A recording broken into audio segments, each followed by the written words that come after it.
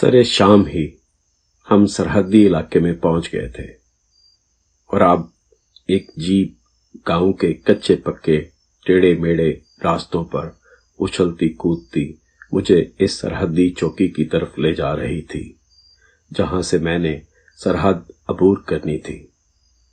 जासूसी तरबियत के सख्त तरीन मराहल से गुजरने के बाद अमली मैदान में यह मेरा पहला कदम था। जब हम लोग स्टेशन पर गाड़ी से उतरकर जीप में सवार हो रहे थे तो मेरे इंस्ट्रक्टर मेरे साथ ही मौजूद थे। ट्रेन में सारे रास्ते उन्होंने बड़े खूबसूरत तरीके के साथ मुझे ट्रेनिंग में सरहद पार करने से मुतल्लक बताए हुए तमाम असूल दोहरा दिए थे। लेकिन जैसे ही हम लोग स्टेशन पहुंचकर पहले से मुंतजर जीप में सवार हुए वो खामोश हो गए। मुझे भी तो अपनी ट्रेनिंग के मुताबिक अब बिल्कुल खामोश रहना था, क्योंकि हिफाजती इक़दामात में पहला इक़दाम यही था कि जहां तक मुमकिन हो खुद को छुपाए रखो। मुझे इंस्ट्रक्टर के वो अल्फाज अच्छी तरह याद थे। अमली मैदान में बसा औकात हालात तरबियत में बतलाई गई बातों से बिल्कुल मुख्तलिफ पेश आते हैं और वही असल में एक जासूस के इम्तिहान का बेहतरीन वक्त होता है।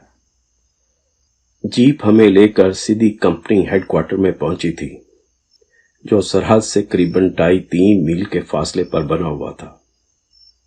स्टेशन से यहां तक का फासला हमने आधे घंटे में तय किया था, लेकिन इस आधे घंटे में ही सरहदी इलाके में फौज की नकलो हरकत ने मुझे मामले की संगीन नौइयत का एहसास दिला दिया था। अपने जियालों को हालत जंग में देखकर मेरे जज्बे को गोया महमीज लग गई थी। सूरज अभी मुकम्मल गुरूब नहीं हुआ था जब हम एक मर्तबा फिर सरहदी चौकी की तरफ सफर कर रहे थे, लेकिन इस मर्तबा हमारे साथ एक और हस्ती भी शामिल हो गई थी।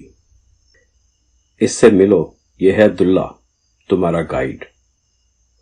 मेरे इंस्ट्रक्टर ने कंपनी हेडक्वार्टर में एक चरेरे से जिस्म के नौजवान से मेरा तारुफ कराते हुए कहा। जवाब में मैंने कुछ ना कहा और दुल्ले को उम्मीद भी यही थी, क्योंकि वो इस बिजनेस में काफी पुराना था और जानता था कि अपने साथी के मुतल्लक कोई भी इतला जानना कानूनन जुर्म है और खुद इसका साथी अपने मुतल्लक कभी सच नहीं बोलेगा। मैं सिर्फ मुस्कुरा कर रह गया। मैंने इससे हाथ भी ना मिलाया था, मुबादा वो मेरी उंगलियां ही ना गिन ले। असल में मैं इंस्ट्रक्टर साहब के सामने तो कम से कम एक होनहार शागिर्द का किरदार अदा करना चाहता था। ऐसा होनहार और लायक शागिर्द जो अपने उस्ताद की मामूली बातों का एहतराम करता हो। अपने गाइड पर शक करो, मुमकिन है वो डबल एजेंट हो। हर जासूसी की तरबियत हासिल करने वाले को सबसे पहले गाइड से मुतल्लिक यही बात कही जाती थी। दुल्ला हमारे आगे आगे जा रहा था, मैं और इंस्ट्रक्टर साहब पीछे पीछे। मैंने भारतीय देहातियों वाले कपड़े पहन रखे थे और अपना हुलिया बिल्कुल मोने सिखों जैसा बना रखा था। मेरे इंस्ट्रक्टर के इस वक्त क्या जज्बात थे जब वो अपने शागिर्द को पहले मिशन पर रवाना कर रहा था, इसका अंदाजा कुछ मैं ही कर सकता था। पोस्ट तक पैदल चलते हुए वो मुझे इस इलाके की तफसीलात बता रहे जहां से मैंने सरहद अबूर करनी थी। पोस्ट तक पैदल चलते हुए वो मुझे इस इलाके की तफसीलात बता रहे थे जहां से मैंने सरहद अबूर करनी थी।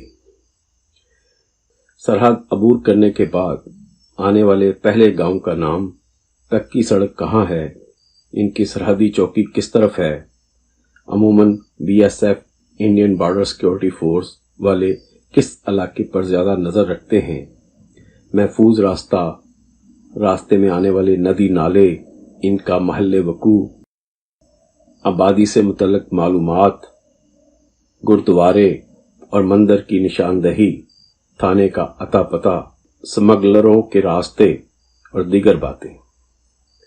मेरे जहन में इलाके से मुतल्लिक तमाम जुज़वियात नक्श होती जा रही थी। पोस्ट से कुछ फासले पर हम रुक गए। गालबन इन लोगों को हमारी आमद से पहले ही बाखबर कर दिया गया था और अब एक इंस्पेक्टर 2 सिपाहियों के साथ मेरा मुंतजर था।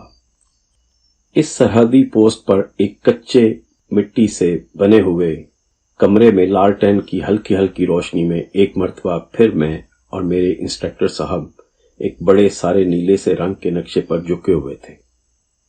मुझे अपना टारगेट सुर्ख पेंसिल से गोल दायरे की शक्ल में दिखाई दे रहा था।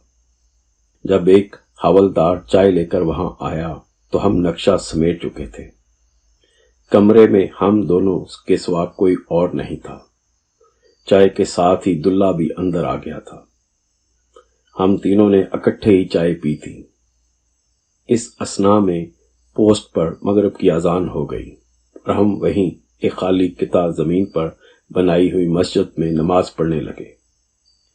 क्योंकि रेंजर्स के लिए ये अमर बायसे स्वागत होता है कि वो अपनी जेर निगरानी एक पाकिस्तानी मुजाहिद को सरहद पार करवा रहे हैं, इसलिए शायद मकामी पोस्ट के हवलदार साहब जो इनके इमाम थे ने खास तौर पर कुरान पाक की वो आयत तलावत की जिनमें अल्लाह के नेक बंदों की पहचान ये बताई गई है कि वो हर वक्त अल्लाह के दुश्मनों से लड़ने के लिए कमर बस्ता रहते हैं। आयात की तलावत और इनके जज्बाती और रिकत अंगेज लहजे का उतार चढ़ाव क़यामत ढा रहा था और जब मैंने सलाम फेरा तो मेरे इर्द गिर्द तमाम मुक्तदियों की आंखों में भी आंसू झिलमिला रहे थे। थोड़ी देर में हम रुखसत हो रहे थे। पोस्ट ही पर मेरे इंस्ट्रक्टर साहब मुझसे बगलगीर हो गए क्योंकि उन्हें अब यहां से वापस चले जाना था। खुदा हाफिज बेटे, अल्लाह निगहबान, उन्होंने मुझसे सिर्फ यही कुछ कहा। जब वो दुल्ले से गले मिल रहे थे, इनका सिर्फ एक फिक्रा मुझे सुनाई दिया, दुल्ले मेरे शेरे का ख्याल रखना, खुदा हाफिज। मेरी तरफ दोबारा देखे बगैर वो वापसी के लिए घूम गए। मुझे मालूम था कि अब वो मेरी तरफ नहीं देखेंगे। बहरहाल हम दोनों में एक जज्बाती वाबस्तगी हो चुकी थी। हमने 6 महीने एक दूसरे के साथ बेहतरीन दोस्तों की तरह गुजारे थे।